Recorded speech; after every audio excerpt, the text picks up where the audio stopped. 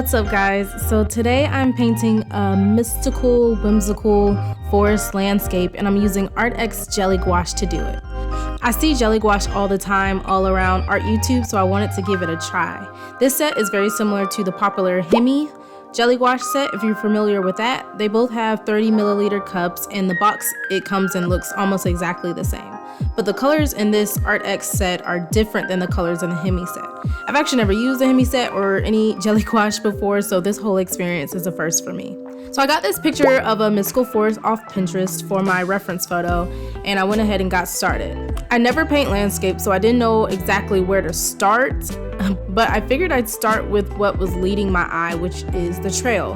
The trail is a visual eye path for this piece, so it's important I render it and emphasize it very well. Then I wanted to go ahead and place the element that is most in the background so I can build on top of that, which was the sky opening through the trees. I don't know why I started painting the trees next instead of painting all the other background sky, but I don't know. Who knows? This was the decision that was made, and then I come back later and start adding my sky behind the trees because, apparently that makes sense. So this set comes with 18 colors, and the packaging is honestly so cute. The cups are organized in these neat rows, and the package also doubles as your mixing palette, which is pretty cool. And it also came with a color swatch card, which is always helpful, although I'm not sure how close the colors on the swatch card come to the actual paint after it's dried. I always prefer making my own color swatch cards, but didn't bother this time. So what is Jelly Gouache? Jelly Gouache is sometimes referred to as pudding gouache because of these cute little pudding cups the paint comes in. Jelly Gouache is a very inexpensive gouache paint because it's a student grade paint, so it won't be at the same level of quality as Holbein or Winsor & Newton. So it won't be at the same level as Holbein or Winsor & Newton or other high quality brands. So knowing this, I was a little nervous and skeptical about how this painting was gonna go, but the set was under $25, which is so cheap for how much paint you're getting. So I figured, I didn't have much to lose, so I would give it a shot. My first impression after my first brush stroke was, yeah, I see why it is cheaper because the paint isn't as opaque like how traditional gouache or acrylic gouache is. It's a little bit more semi-transparent, which isn't a huge deal because I was planning on doing a lot of layers for this piece anyways. You can see how transparent the paint is, but it did make a cool effect for the mystical, foggy vibe I was going for in this painting. And also I was watering the paint down to kind of get this foggy effect, so if I was using it straight out of the cup, it would have been a bit more opaque. So yeah, eventually I realized, I need to put the background color or the sky in there because my trees are obviously in front of that. So I had to paint the sky around my trees because I like to be difficult. And then I continued with painting the ground. So one thing about this painting is it's really wet, which is a weird thing to note, but most gouache paint dries very quickly and is super matte when it dries. This paint does have more of a jelly-like consistency and a wetter consistency, which, the name Jelly Gouache makes sense. But yeah, that took some getting used to.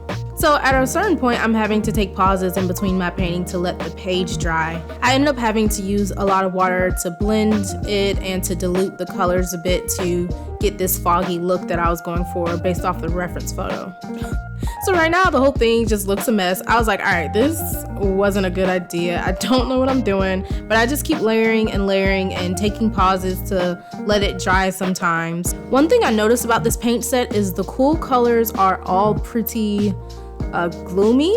They all have a muted tone to them, which for this picture, for this specific reference photo, it was perfect because I was going for a gloomy vibe. But personally, I wouldn't use this paint if I was going for a very bright, colorful piece, at least not with the cool colors. The red and orange look vibrant, but obviously I didn't use those colors much for this. But like the blues, there's no standard like primary color blue, right? And even the greens are not standard color wheel yellow mixed with blue type of green. It's like this more muted tone of green and more of a mint greenish shades. I was careful with my layering to not cover up the subtle outline of the moon, or if I did cover up, I made sure to go back and outline it. That little slight white curve is super important. It just really sets the tone for the piece. So you can see I'm adding water on top of the brush strokes for my trees to tone them down more, create some depth, show that they're more in the background. So I did this for a while, layering the trees, so I'm gonna speed this up a bit. So I made sure I gave the trees different color variations to create depth. And you can see me switching to a smaller brush as well as I get some more details in and some of these smaller and thinner branches off of the trees. The trees are getting smaller and thinner as they go further back, and the trees in the forefront have a lot more brighter colors. As the trees go further and further back, they get more transparent, more muted, less defined, and the trees in the forefront have a couple more variations of brighter brown. I'll make it be a little bit more bold and striking. And for my layering, I went from dark to light colors for everything, including the grass, the sky, the trees, and I made sure that I fully finished rendering the trees in the background before I started with the leaves. Because of course, after you place the items that are in the most forefronts or foreground of the picture, it's very hard to add or change or render anything behind it. So I wanted to make sure that the trees were completely done before I started adding the leaves. The leaves, by the way, are like, that's my favorite part. Like, y'all, like, keep watching for that because the leaves is just what makes this picture so fire. Leave it alone. Let it dry.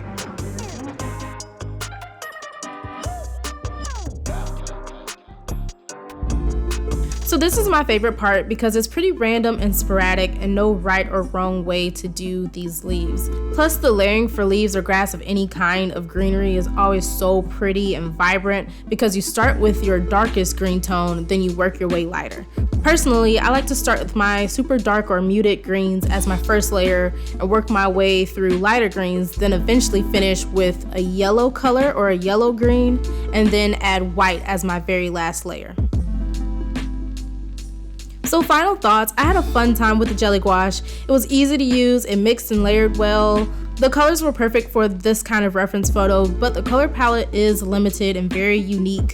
The yellow is like a lime yellow. There's no pure primary color yellow or pure primary color blue. And the green colors are all very muted and strange color options. It's a pretty random set of colors in the Arrtx set, which makes it kind of interesting and fun to use because instead of just picking a reference photo or just deciding what kind of picture you want to paint, you almost had to pick the picture based off of the colors that you had in front of you. It was pretty weird.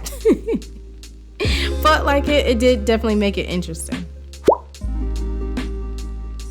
And then this center around the moon is a little bit more illuminated than the rest of the piece. So the entire middle of the picture has a little bit more white in that opening and a little bit more white at the top of the trail to show the light source illuminating the objects closest to it. And when I started layering with my white paint on the leaves, I dabbed the paint off with a paper towel to mute the white paint some because I didn't want like striking bright white leaves. I just wanted to add subtle white highlights here and there.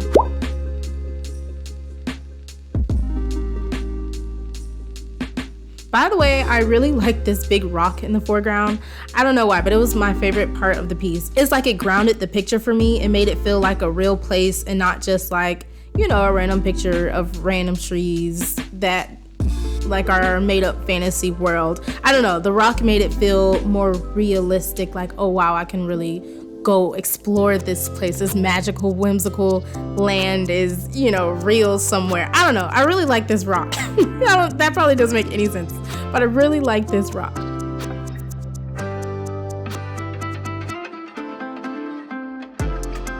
One thing to note, this piece would have been better drawing on one of the gessoed boards instead of a page from my sketchbook because of how much water I had to add in the blending and getting this kind of foggy look. It definitely warped my paper. You can see that the paper is lifted up from the sketchbook. Later I closed the sketchbook and put weight on top of it to help flatten it out, but yeah, it would have just been better on a gessoed board. So here's a finished piece. I love the finished piece.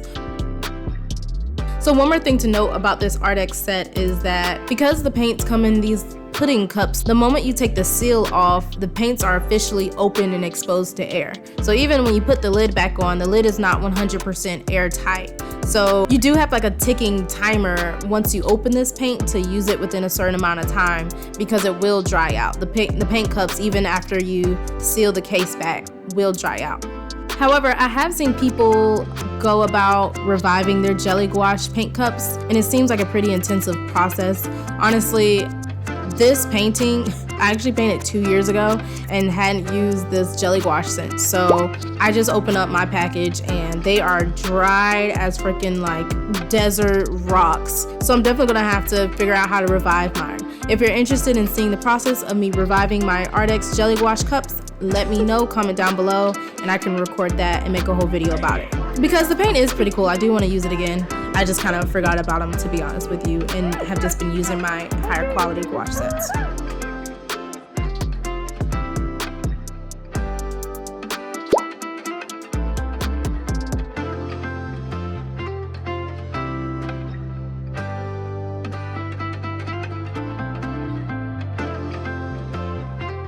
So comment below what you think of this picture and any questions that you may have, and go ahead and like and subscribe to see more videos like this. Catch y'all at the next one.